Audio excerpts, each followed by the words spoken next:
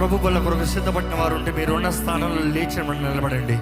మీ మధ్య బల్ల పంచేటప్పుడు ఒక కప్ తీసుకుని ఒకేసారి అందరూ చివరిలో ఒకేసారి పాల్పొందారు.